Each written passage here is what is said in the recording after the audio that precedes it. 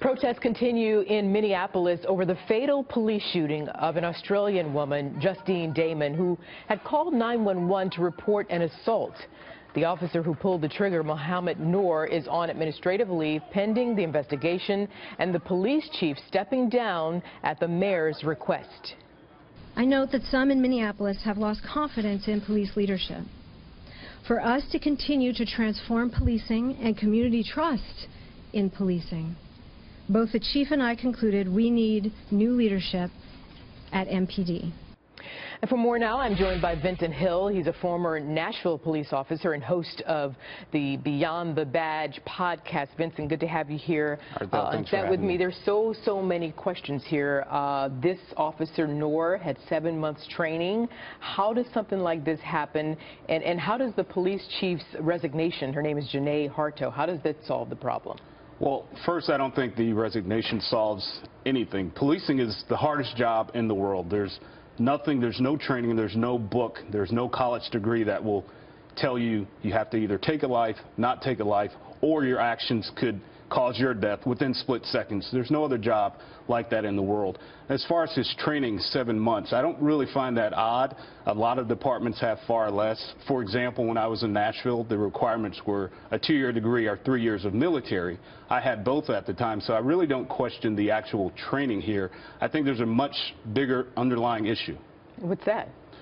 I think the officer overreacted clearly. I mean, he was responding to a call of a female possibly being sexually assaulted. He's approached by a female, so at some point you should have said, was it the caller or was it the possible victim that is approaching me? Either way, you figure either of those characters, if you will, in this plot, they were non-threatening. Absolutely. I mean, we don't have any indication, any report that she did anything threatening that would lead that officer to believe there was a threat against his life. And the scenario is, and correct me if I'm wrong, you've got 2 officers sitting in their patrol car in a dark alley. You've got the partner who was the driver, and he also is with 7 months training, it's my understanding.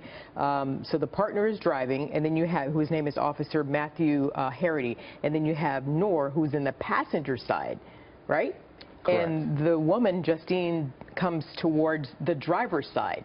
So now your question is, how does Officer Noor, how is he even with his gun drawn in the first place while sitting in the car? Yeah, absolutely, because departments don't train officers to shoot outside of a vehicle, right? It's forbidden in a lot of departments, if not all departments. And it's not a natural reaction to unholster your weapon while seated in your vehicle. So I question, was he already unholstered when he pulled into that dark alley? So you said it's not unnatural, or is that something that they would normally do? No, it's not something police would do. It's not a natural thing. I'm sorry. It's not a natural thing to unholster my weapon while seated in a police car.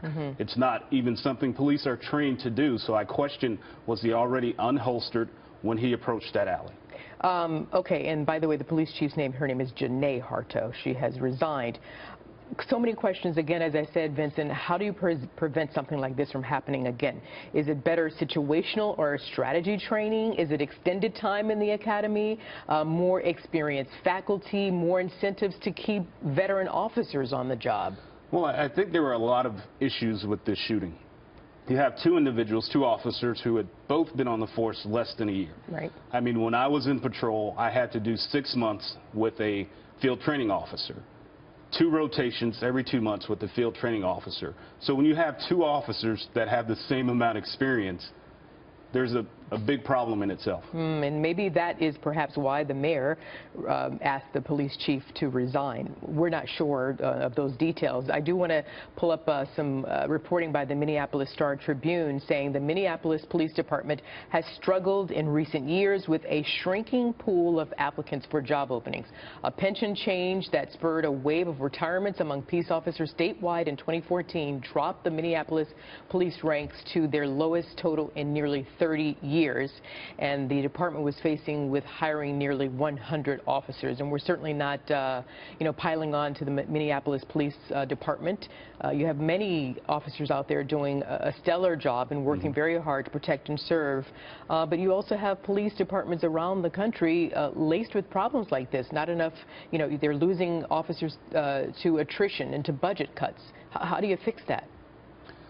Well, you can have as many officers as you want, right? You're going to always have the same problem when you have split-second decision-making.